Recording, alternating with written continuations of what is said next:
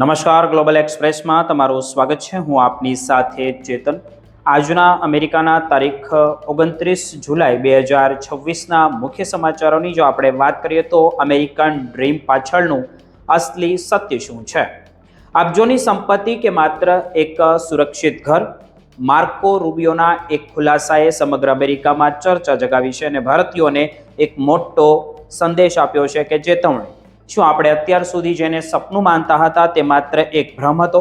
જાણો પૂરો અહેવાલ અને માર્કો રૂબિયો શું કહે છે તેમની ચર્ચા કરીશું. આ પછીના આગળના સમાચારોની વાત કરીએ તો અમેરિકામાં વસતા લાખો ભારતીયો માટે મોટા એંધાણ. સેનેટમાં રજૂ થયેલા એક નવા બિલથી H-1B વિઝા અને ગ્રીન કાર્ડના નિયમોમાં મોટો ભૂકંપ આવવાની પૂરેપૂરી શક્યતા દેખાઈ રહી છે. શું 3 વર્ષ માટે વિઝા પર લાગશે બ્રેક? જાણી લો આ ભવિષ્યની આ મોટી સત્યતા શું કહે છે તેમની ચર્ચા. આ પછીના આગળના સમાચારોની વાત કરીએ તો ફોનમાંથી ડિલીટ થયેલો ડેટા પણ હવે સુરક્ષિત નથી રહ્યો. યુએસ એરપોર્ટ પર સીબીપી અધિકારીઓએ ફોરેન્સિક એઆઈ ટેકનોલોજીથી રિકવર કર્યો ડિલીટ થયેલો મેસેજ. અમેરિકા જતા પહેલા દરેક મુસાફરે ડિજિટલ પ્રાઇવસી અને સુરક્ષા તપાસના આ નવા ખતરા વિશે જાણવું ખૂબ જરૂરી બની ગયું છે. તેમની ચર્ચા કરીશું. શું થશે? આ બધા જ સમાચારોની વિગતે ચર્ચા કરી. આપ જોતા રહો ગ્લોબલ એક્સપ્રેસ.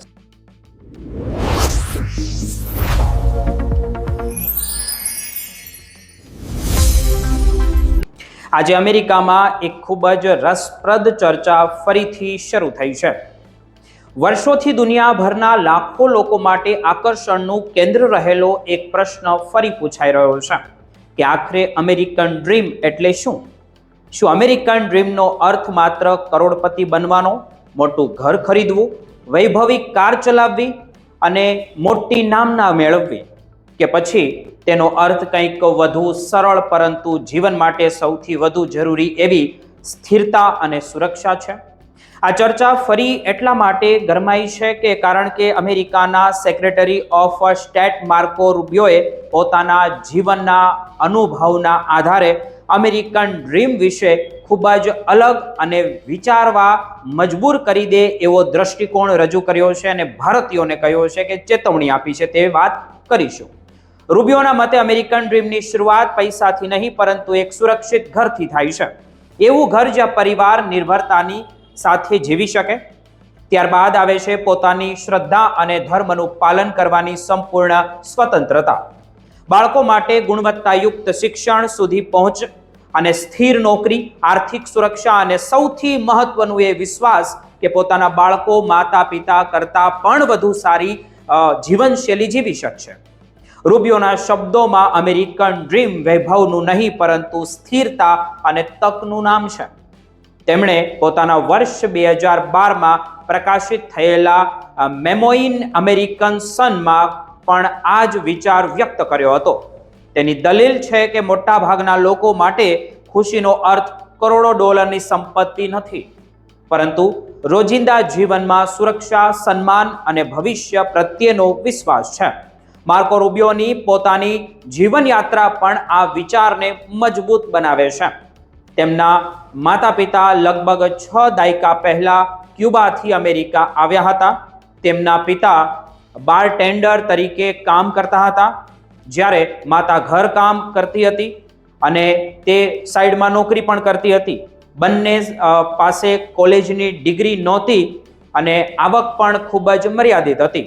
છતાં તેઓ એક બાબતમાં અડગ હતા કે શિક્ષણ જ તેમના બાળકોનું ભવિષ્ય બદલી શકે છે.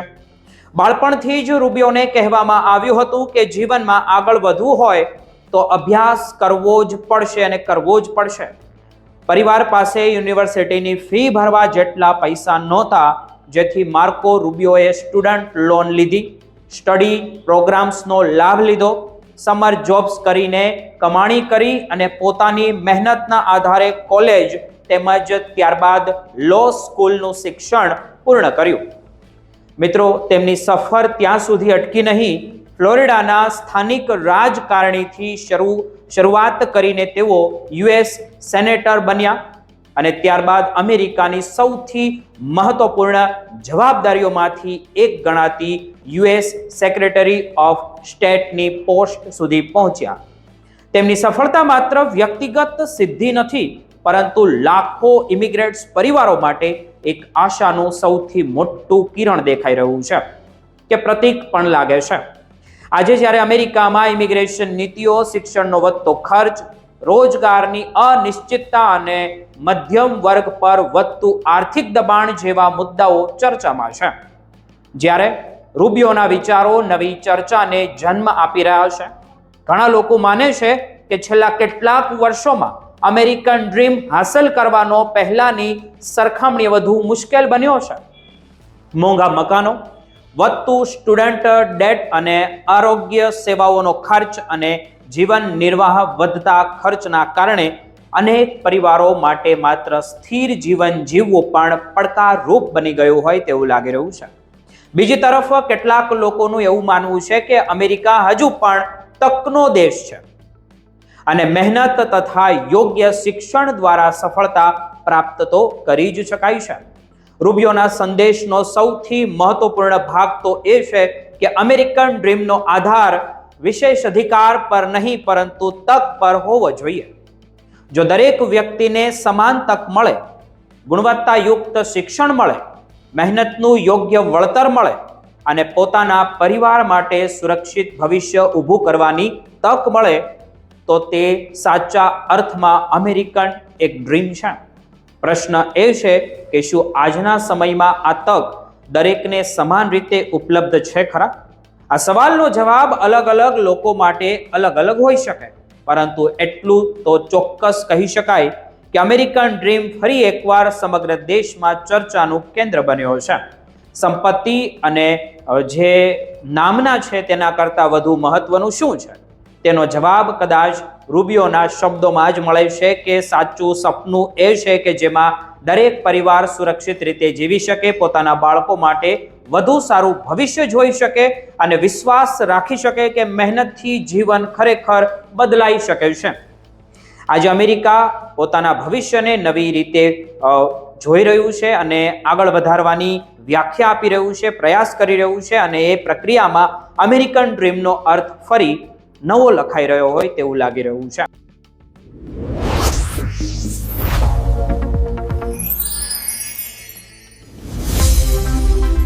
અમેરિકામાં ગ્રીન કાર્ડ ધરાવતા કે ગ્રીન કાર્ડ મેળવતા લોકો અને અમેરિકામાં H-1B વિઝા પર નિર્ભર લાખો ભારતીયો, ખાસ કરીને ગુજરાતી આઈટી પ્રોફેશનલ અને અમેરિકામાં અભ્યાસ કરવાનું સપનું જોતા વિદ્યાર્થીઓ માટે એક મોટા સમાચાર સામે આવ્યા છે.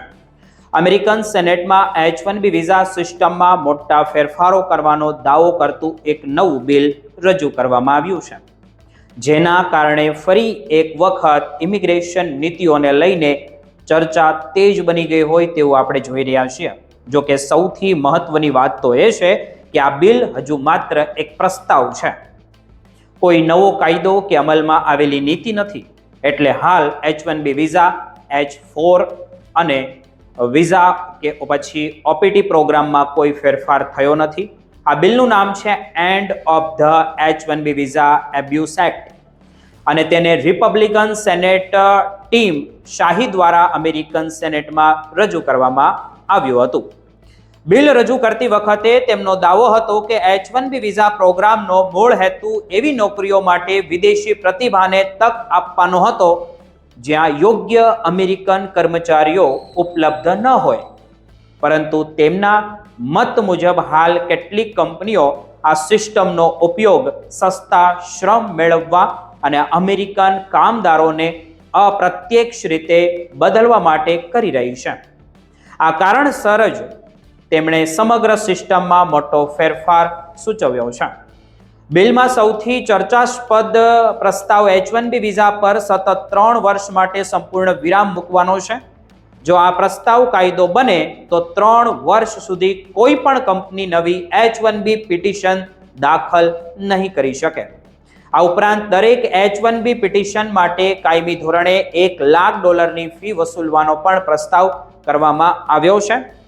અગાઉ ટ્રમ્પ પ્રશાસન દરમિયાન કોંગ્રેસની મંજૂરી વગર આવી ફી લાગુ કરવાનો પ્રયાસ પણ કરવામાં આવ્યો હતો. તેને રિજેક્ટ હમણાં જ કરવામાં આવ્યો છે, પરંતુ ફેડરલ કોર્ટ તેને રદ કર્યો હતો. હવે આ જ પ્રકારનો પ્રસ્તાવ કાયદા દ્વારા અમલમાં લાવવાનો પ્રયાસ થઈ રહ્યો છે. એટલા માટે જ નવું બિલ આવી રહ્યું છે. આ બિલમાં હાલની રેન્ડમ લોટરી સિસ્ટમને પણ સમાપ્ત કરીને વેતન આધારિત પસંદગી પદ્ધતિ લાવવાનો પ્રસ્તાવ લાદવામાં આવ્યો છે. એટલે કે જે ઉમેદવારને સૌથી વધુ પગારની ઓફર હશે તેને H-1B વિઝા મેળવવામાં પ્રાથમિકતા મળી શકે છે. સાથે જ થર્ડ પાર્ટી જે સ્ટાફિંગ કંપનીઓ દ્વારા H-1B વિઝાનો ઉપયોગ કરવા પર પ્રતિબંધ મૂકવાની વાત પણ કરવામાં આવી છે. એટલું જ નહીં, એક વ્યક્તિ એક સાથે એકથી વધુ H-1B નોકરી રાખી શકે તેવી વ્યવસ્થા પણ સમાપ્ત કરવાનો પ્રસ્તાવ છે. અને બિલનો વધુ એક મહત્વપૂર્ણ ભાગ એ છે કે ડ્યુઅલ ઇન્ટરનેટ નિયમને દૂર કરવાનો પ્રસ્તાવ. હાલ H-1B વિઝા ધારકો અમેરિકામાં કામ કરવાની સાથે ગ્રીન કાર્ડ માટે અરજી પણ કરી શકે છે, પરંતુ જો આ જોગવાઈ દૂર કરવામાં આવે તો H-1B વિઝા પરથી ગ્રીન કાર્ડ સુધી પહોંચવાનો માર્ગ ઘણો મુશ્કેલ બની શકે છે. સાથે જ H-1B ધારકો પોતાના પરિવારને H-4 વિઝા હેઠળ અમેરિકા લાવી શકે છે, પરંતુ આ બિલમાં H-4 વિઝા વ્યવસ્થાને પણ બંધ કરવાનો પ્રસ્તાવ છે. ઉપરાંત આંતરરાષ્ટ્રીય વિદ્યાર્થીઓ માટેનો જે લોકપ્રિય OTP એટલે કે જે ઓપ્ટિકલ પ્રેક્ટિકલ ટ્રેનિંગ પ્રોગ્રામ પણ સમાપ્ત કરવાની ભલામણ કરવામાં આવી છે.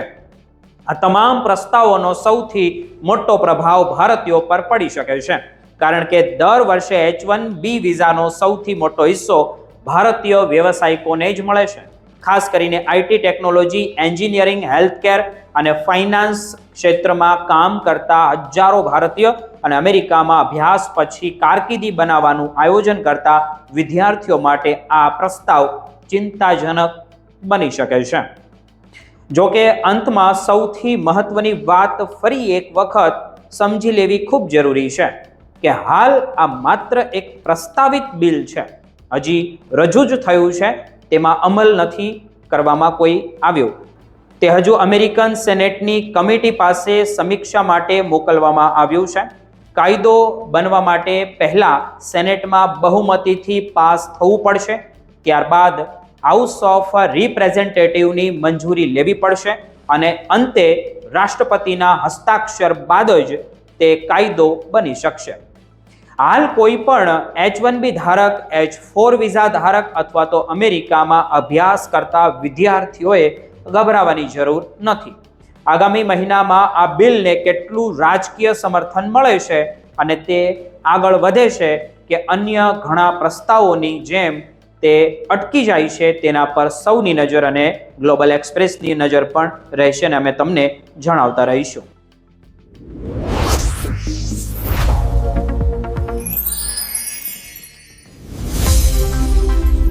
અમેરિકા જવાની તૈયારી કરી રહ્યા છો કે અમેરિકામાં રહો છો? ખાસ કરીને તમે જો ભારતમાંથી અમેરિકામાં પ્રવેશવાના છો તો આ સમાચાર હવે તમારા માટે ખૂબ જ મહત્વના છે, અથવા તો અમેરિકાથી તમે ભારત આવો છો. કારણ કે હવે અમેરિકાના એરપોર્ટ પર સુરક્ષા તપાસને લઈને એક એવી માહિતી સામે આવી છે જે ઘણા મુસાફરોને ચોંકાવી પણ દેશે.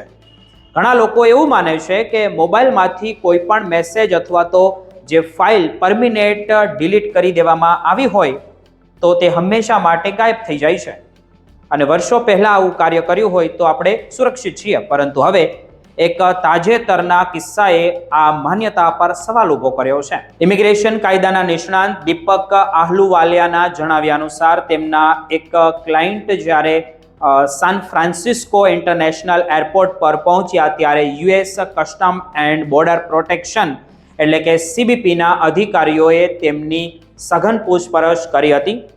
આ દરમિયાન તેમનો મોબાઈલ ફોન તપાસ માટે લેવામાં આવ્યો હતો અને આશ્ચર્યજનક રીતે અધિકારીઓએ ફોનમાંથી કાયમી ધોરણે ડિલીટ કરાયેલા મેસેજ પણ રિકવર કરી લીધા હોવાનું પણ જણાવાઈ રહ્યું છે અને સૌને ચોંકાવી પણ દીધા છે કે તે ફોન કોઈ ક્લાઉડ બેકઅપ સર્વિસ સાથે પણ જોડાયેલો નહોતો. તો આવું થયું કેવી રીતે? એટર્નીનું એવું કહેવું છે કે અમેરિકાની કાયદા અમલીકરણ એજન્સીઓ પાસે અત્યાધુનિક ફોરેન્સિક ટેકનોલોજી અને AI એટલે કે આર્ટિફિશિયલ ઇન્ટેલિજન્સ આધારિત સાધનો પણ ઉપલબ્ધ છે, જેમની મદદથી કેટલીક પરિસ્થિતિઓમાં ડિલીટ થયેલા ડેટા પણ મેળવવા શક્ય બની શકે છે. જો કે દરેક કિસ્સામાં આવું શક્ય હોય જ એવું નથી રહેતું અને તે ફોનની ટેકનિકલ સ્થિતિ પર આધાર રાખે છે. આ સમગ્ર ઘટનાએ મુસાફરોમાં અનેક પ્રશ્નો પણ ઊભા કર્યા છે કે શું અમેરિકામાં પ્રવેશતી વખતે અધિકારીઓ ખરેખર તમારો મોબાઈલ તપાસી શકે ખરા? તો તેનો જવાબ આપણે આપીએ તો તે છે હા, પરંતુ ચોક્કસ કાયદાકીય સત્તા અને મર્યાદાઓ હેઠળ. સીબીપીની અધિકૃત માહિતી અનુસાર અમેરિકાના પાર્ટ ઓફ એન્ટ્રી પર જરૂર જણાય ત્યારે અધિકારીઓ મોબાઈલ ફોન, લેપટોપ, કેમેરા અને અન્ય તમારી પાસે જે પણ ઇલેક્ટ્રોનિક ડિવાઇસ છે તેમની સારી રીતે તે તપાસ કરી શકે છે. આ તપાસનો હેતુ સામાન્ય મુસાફરોને હેરાન કરવાનો તદ્દન હોતો જ નથી, પરંતુ ગંભીર ગુનાઓને રોકવા માટેનો હોય છે.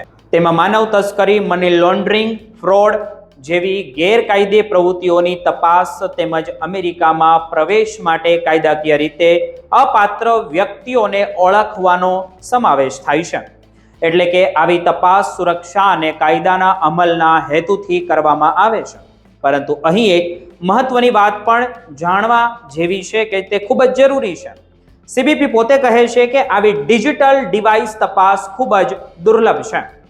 નાણાકીય વર્ષ 2025 દરમિયાન અમેરિકામાં આવેલા તમામ આંતરરાષ્ટ્રીય મુસાફરોમાંથી 0.01%થી પણ ઓછા મુસાફરોના મોબાઈલ અથવા તો અન્ય ડિવાઇસની તપાસ કરવામાં આવી હતી.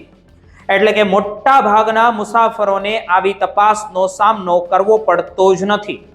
તેમ છતાં જો કોઈ મુસાફર ખાસ કારણસર સેકન્ડરી ઇન્સ્પેક્શન માટે પસંદ થાય તો આવી તપાસ શક્ય બને છે. સાયબર સિક્યોરિટી નિષ્ણાતો પણ સમજાવે છે કે ફોનમાંથી કોઈ મેસેજ અથવા તો ફાઇલ ડિલીટ કરવાનો અર્થ એ નથી થતો કે તરત જ સંપૂર્ણ રીતે નષ્ટ થઈ જાય છે. ઘણી વખત ડેટા રિસ્ટોરમાં તેની માહિતી સુધી રહેતી હોય છે અને ત્યાં સુધી તેના પર નવો ડેટા લખાઈ ન જાય ત્યાં સુધી રહે છે. આધુનિક ફોરેન્સિક સોફ્ટવેર અને ટેકનિકલ સાધનોની મદદથી કેટલીક પરિસ્થિતિમાં તે ડેટા ફરીથી મેળવવો શક્ય બની શકે છે. જો કે આ પ્રક્રિયા દરેક ફોનમાં સફળ થાય એવું નથી હોતું. તે ફોનના એપ્લિકેશન, ઓપરેટિંગ સિસ્ટમ, ડેટા ઓવરરાઇઝ થઈ શકે નહીં અને અન્ય ટેકનોલોજીકલ પરિબળો પર આધાર રાખે છે. આ સમગ્ર ઘટનામાંથી મુસાફરો માટે સૌથી મોટો સંદેશ તો એ છે કે અમેરિકામાં પ્રવેશ કરતી વખતે પોતાના ડિજિટલ ઉપકરણોની રહેલી માહિતી અંગે જાગૃત રહેવું ખૂબ જરૂરી છે. સાથે જ પોતાના ડિજિટલ પ્રાઇવસી અધિકારો, એરપોર્ટ પર લાગુ નિયમો અને અમેરિકાની અધિકૃત નીતિઓ વિશે સાચી માહિતી રાખવી પણ એટલી જ દરેક અમેરિકન એનઆરઆઈ માટે જરૂરી છે. કોઈ પણ અફવા અથવા સોશિયલ મીડિયા પર ફરતી જે અપૂર્ણ માહિતી છે તેના આધારે નિર્ણય લેવાને બદલે હંમેશા અધિકૃત સરકારી માર્ગદર્શિકા અને કાયદાકીય માહિતી જે હોય તેના ઉપર જ તમારે વિશ્વાસ કરવો જોઈએ. બદલાતી ટેકનોલોજીના આ યુગમાં સુરક્ષા અને પ્રાઇવસી બંને મહત્વપૂર્ણ છે. તેથી મુસાફર તરીકે નિયમો જાણીને અને જવાબદારીપૂર્વક મુસાફરી કરવી એ જ સૌથી સમજદારી ભર્યો રસ્તો દરેક અમેરિકન માટે ગણાઈ રહ્યો છે.